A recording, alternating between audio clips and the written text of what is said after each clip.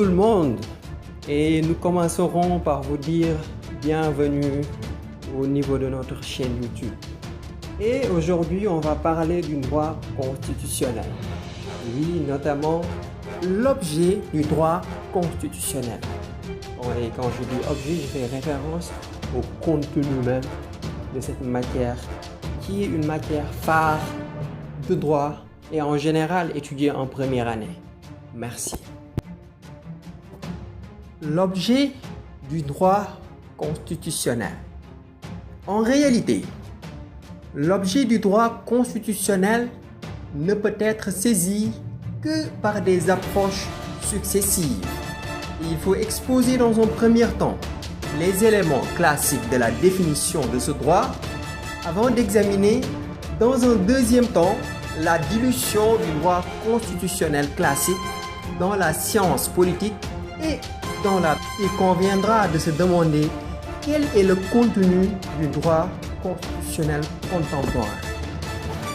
La Constitution était traditionnellement conçue comme un instrument de réglementation de l'exercice du pouvoir politique.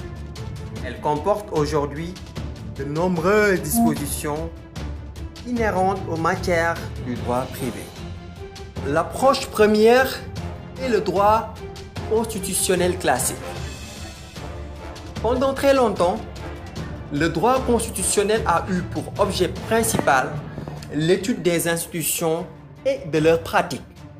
Pour cette raison, ce fut souvent considéré comme la partie du droit public interne qui a trait à l'organisation politique de l'État, ou comme l'ensemble des institutions grâce auxquelles le pouvoir s'établit, s'exerce et se transmet.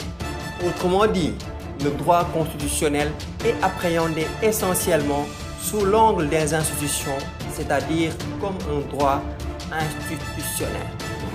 Et Georges Vedel disait que le droit constitutionnel est le droit de l'État. C'est pourquoi il disait que c'était la branche fondamentale du droit public interne. Et cette matière a vu sa définition s'élargir au fil du temps. Initialement, il était qualifié de droit politique parce qu'il a pour objet d'assurer l'encadrement politique des phénomènes politiques, comme disait Oriot, et il concerne à ce titre l'ensemble des institutions grâce auxquelles le pouvoir s'établit, s'exerce et se transmet. C'est ça qu'a dit Prélot par rapport à ça. Mais il est parallèlement apparu que la Constitution n'est seulement pas l'espace où se déroule l'action publique tel que le droit la met en forme. Et dans le droit des gens, Vatel écrit « Les lois fondamentales constituent la constitution de l'État ». Et par là, il veut dire que la Constitution a pour objectif de définir par qui le peuple doit être gouverné et quels sont les droits et les devoirs de ceux qui gouvernent. Ce qui nous permettra de faire un saut pour tomber dans l'expression de pouvoir politique. Et la notion de pouvoir politique, pour Max Weber, c'est toute chance de faire triompher au sein d'une relation sociale sa propre volonté, même contre des résistances. Elle observe lorsqu'un individu accomplit conformément à la volonté d'une autre une action qu'il n'aurait pas accomplie spontanément, mais il faut deux éléments indispensables: l'ordre, l'obéissance. Mais quelle est la dimension politique de ce pouvoir? Le pouvoir est un phénomène d'autorité. Le pouvoir politique répond à un critère de pouvoir politique qui suppose en amont le choix de son titulaire, le droit constitutionnel est le droit qui encadre ce pouvoir politique. Autrement dit, la relation de contentement de l'autorité politique entre gouvernants et gouvernés. Et je vais vous dire une petite remarque. Parce que jusqu'à la Seconde Guerre mondiale, le droit constitutionnel tel qu'il apparaît dans les manuels de droit et tel qu'il est enseigné dans les universités se présente comme une discipline juridique dont la structure est très liée à celle de constitution et de régime constitutionnel en vigueur. Le droit constitutionnel politiste.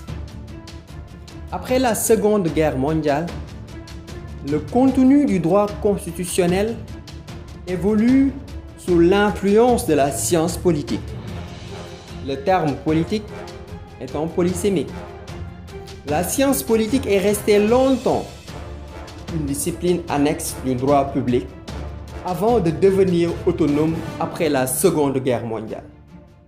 Donc, on voit deux disciplines, aujourd'hui séparées, droit public et science politique, mais elles ne se confondent sans doute pas, mais peuvent être unies dans un même département de droit public et de sciences politiques, à l'exemple des facultés de sciences politiques et juridiques.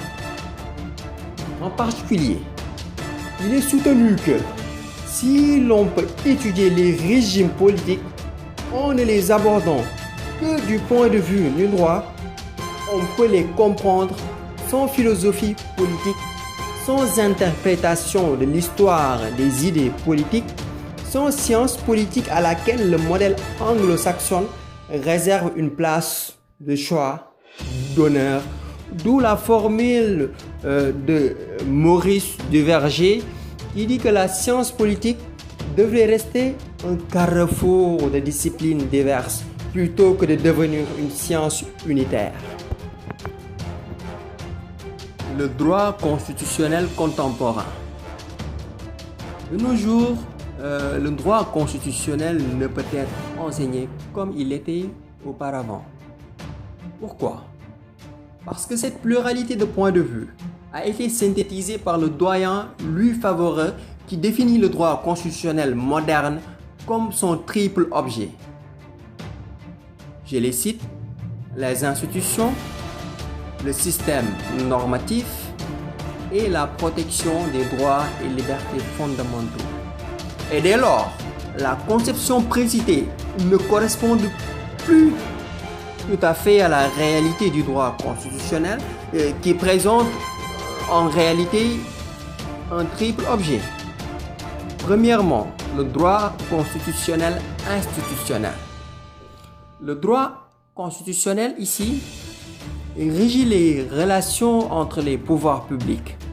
Et en effet, il règle les relations entre les pouvoirs constitués.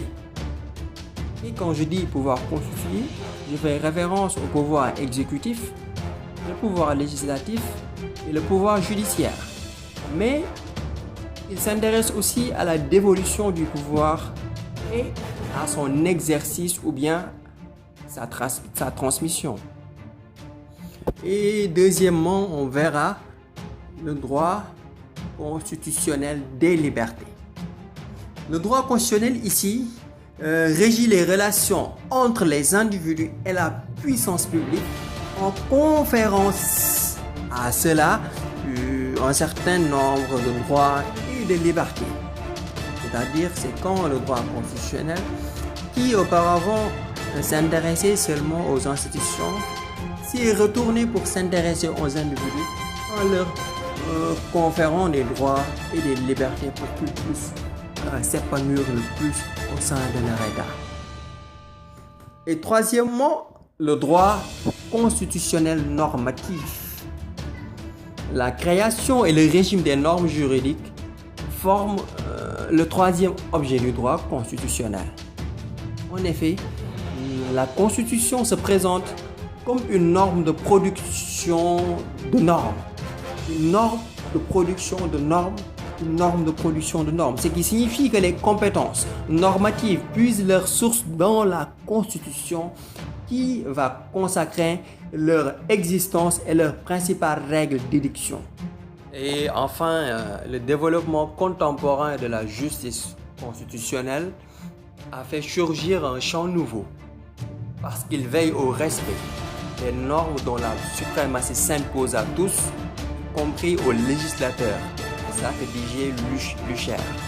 Et le contrôle de la constitutionnalité des lois a fait entrer dans la discipline un troisième secteur, qui est le domaine des libertés publiques et de la garantie des droits fondamentaux.